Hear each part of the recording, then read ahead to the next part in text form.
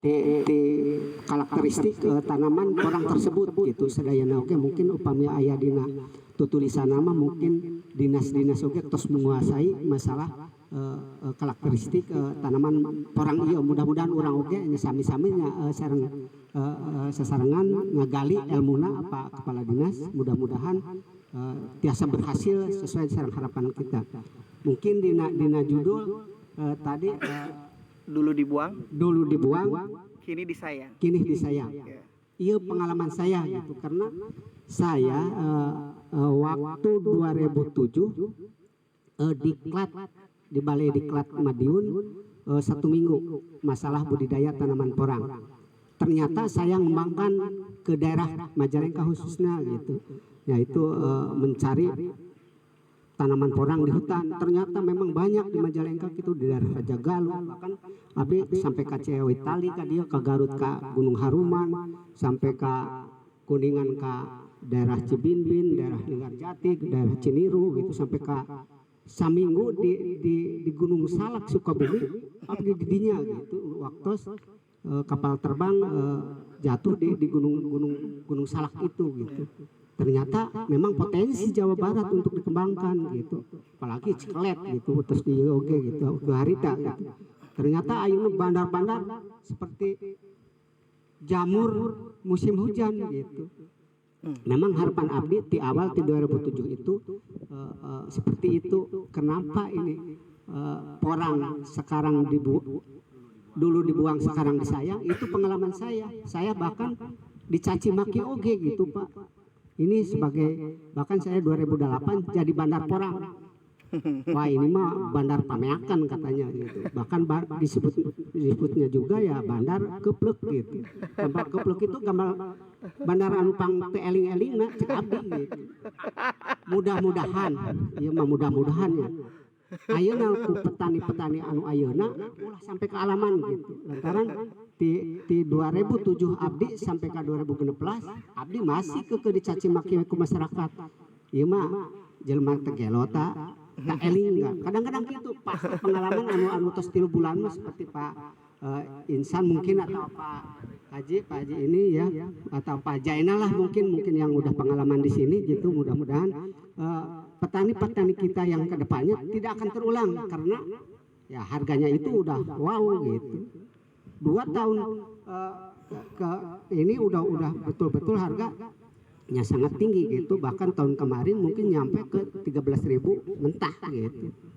Nah untuk selanjutnya mungkin kalau paparan masalah porang apakah saya perlu menerangkan lagi atau tidak gitu karena ini mungkin kayaknya udah dibagi habis gitu oleh Pak Imam Pak Iman gitu. Tapi kami juga akan membagi pengalaman kami. Nah gitu, itu yang penting Pak. Pengalaman kami karena jangan sampai budidaya memanfaatkan ya di tanaman-tanaman terbuka seperti yang bisa irigasi itu karena kita juga kan perlu pangan juga.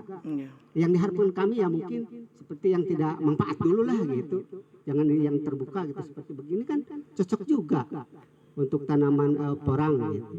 Mari kita manfaatkan dulu yang belum efektif belum produktif untuk ketahanan pangan gitu karena ini juga mungkin ketahanan pangan juga gitu. Tapi kami mungkin akan dipadukan juga dengan antara pangan dengan hortikultur Pak Kadis karena kami udah pengalaman di lapangan kami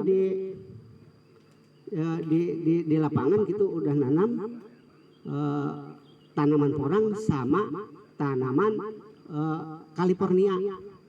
California kan mungkin ini nunggu 6 sampai 7 bulan untuk panen. Tapi California mungkin kalau udah jadi nanti itu mungkin per 4 hari udah manin terus gitu. Sambil nunggu katak ataupun umbi kan kita manfaatkan dulu yang tanaman dari bawahnya. Dari bawahnya mungkin bawah ini sama kencur oge. Kencur itu harganya lumayan gitu karena iya tumpang sarina nyamulti dengan lagi cekap dan biasa gitu. Kencur ayeuna mungkin sela-sela umbi terus ayeuna umbina terus di bawahna aya di luhurna mungkin ku California atau napi ku jambu kristal di abdi. Jambu kristal kan hortikultur ya Pak Sekdis. Pak Kadis, Pak Kadis. Pak Kadis, karena kami hoyong-hoyong madukun antara ketahanan pangan dengan hortikultura gitu teh. Jadi selain daripada iya supaya tiasa sadayana jalan lah gitu hortikultur, nah memang pertanian juga gitu harus maju juga gitu teh. Terus masalah pangan jangan diganggu lah gitu manfaatnya, tapi alangkah baiknya kita prioritaskan dulu ke daerah anu masih seperti iyalah gitu pinggir-pinggir. Bahkan abdi ngarahkan di daerah Raja Galuh waktu 2008 waktu membolang di daerah sana, ternyata masyarakat nanam di depan rumah bahkan lokasi-lokasi yang di pinggir tidak ditanaman apa-apa, di tanaman itu ternyata sekarang wow di pinggir rumah juga sangat potensi untuk mendongkrak perekonomian yang ada di daerah sana gitu. Mudah-mudahan di sini juga Pak Topan sesuai tadi Pak Topan harus diarahkan ke sini. Mudah-mudahan ini potensi gitu untuk mendongkrak perekonomian kita gitu. Bukan saja di daerah terbuka, di daerah tertutup bisa gitu. Masalah pasar tadi udah digaris ini jangan diragukan. Karena dunia satu detik yang lahir mungkin berapa ratus orang bayi yang lahir gitu. Itu untuk kebutuhan perut gitu, jangan diragukan gitu. Kalau kata saya gitu. Tapi ini mah kembali lagi ke bapak-bapak, apakah perlu menambah taraf hidup kita atau tidak gitu. Kalau perlu, mari kita sama-sama lah gitu untuk kembangkan budidaya masalah porang ini. Dan kami juga Pak Kepala Dinas waktu tanggal 27 bulan Tilu diundang juga oleh Dinas Kehutanan ya. Waktu itu kalau tidak terhalang oleh corona, kami 27 kabupaten kami sebagai narasumber Dinas Kehutanan untuk sosialisasi masalah porang. Tapi ternyata corona kami baru sekarang Pak Kadis. Swadaya. Mudah-mudahan kami juga supaya lanjutlah gitu. Walaupun kami tidak diupahi gitu, tapi untuk kemaslahatan umat kami siap gitu. Diundang mandiri. Baik dinas terkait di tiap kabupaten atau mungkin pemerintah Kabupaten Ciamis juga atau mana gitu. Kami dengan Pak Dadi siaplah gitu. Karena ini untuk kemajuan perekonomian masyarakat yang ada di Indonesia gitu. Jangan kalah lah gitu. Jangan kalah karena ini kualitasnya bagus gitu, ekspor gitu. Yang selanjutnya mungkin kami selain daripada tadi jambu kristal atau California ya, bisa juga kalau kita nanam dengan kelor. Daun kelor. Pasti di bapak-bapak masih awal. Wah, kelor mah ini untuk membuang susuk kata orang. Sebetulnya itu kalau orang tua ya, bahkan kelor itu dunyata selebar daun kelor. Ada kayak peribahasa betul. Kenapa seperti itu? Sebetulnya kandungan daun kelor baik protein, nutrisi, kalsium, vitamin A, B atau vitamin K untuk merangsang kita juga ada di sana gitu. Kenapa tidak dikembangkan oleh kita? Apalagi sekarang dengan porang bisa ditumpang sari sama itu gitu. Mungkin nanam 2 meter ke 2 meter kali 6 meter kelor dan di bawahnya itu juga porang gitu. Karena mungkin kelor ada di pucuknya itu ada vitamin K, vitamin A seperti wortel gitu. 7 kali lipat wortel vitamin A ada di kelor. Keren. Di telur pami telepat gitunya, tapi buka dina ieu kandunganana. Pami telepat 5 kali lipat telur ataupun daging. Bahkan vitamin C-na di jeruk oge 3 kali lipat jeruk gitu kandunganana. Apakah itu untuk kesehatan kita karena kita udah dinamabokeun oleh kimia, oleh makanan yang udah ngandung kimia gitu. Kenapa ini tidak dikembangkan lagi gitu untuk kesehatan kita? Selain daripada untuk makanan kita ya di sayur asem atau buat coel sambal mungkin bahasa saya mah gitu. Bisa seperti itu. Bahkan di Cirebon udah siap menerima kering gitu. Kering daunnya gitu. Harga untuk sementara ya 50 per ini keringnya gitu. 50.000 per kilo ya. Cirebon. Tapi keringnya kering angin-angin. Angin-angin kalau kelor ditebang 1 meter ya tingginya.